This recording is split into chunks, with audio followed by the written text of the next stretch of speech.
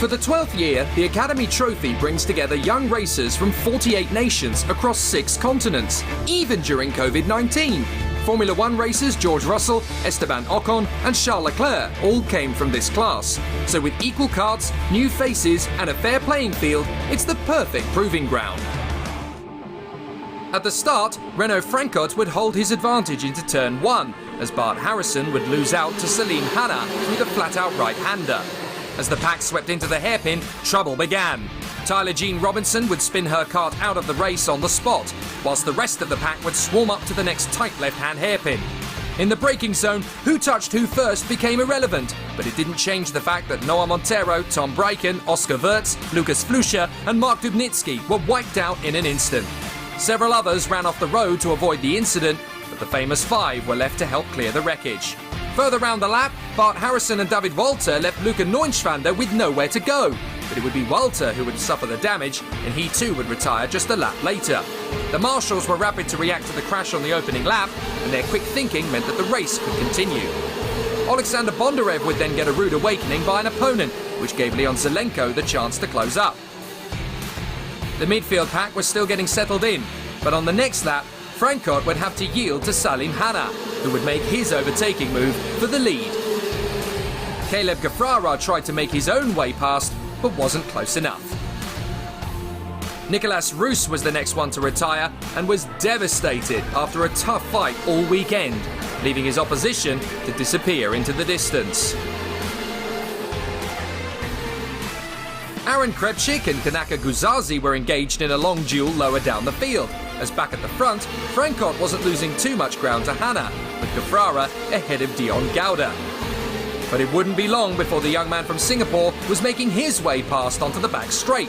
But on the exit, the American challenged back and reclaimed the final spot on the podium, before Gauda finished the move down the home straight.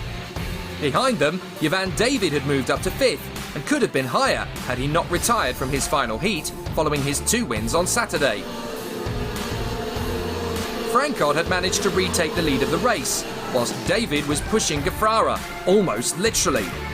It wouldn't take long for Yvan David to spot his moment, as he stormed on the inside in the left-hand hairpin at turn 9. The Sri Lankan was now up to 4th.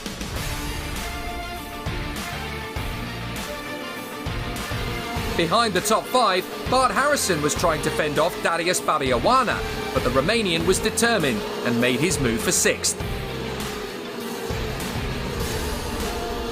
Leo Robinson had caught Zelenko by this point, and with support from Riccardo Iannello, he was able to make his move into turn 2.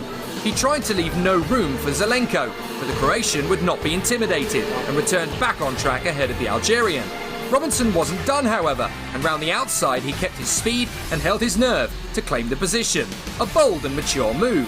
Zelenko was taken by surprise, and so Iannello was able to pounce on him too. Sadly, the battle had taken too long, and now the trio were too far back to make an impression on the drivers ahead. Elsewhere, Maciej Gledizh of Poland was catching Jarkko Lehtinen of Finland, and sweeping into turn 2, he made his move. Their battle was just getting started, and even more dust would be kicked up later.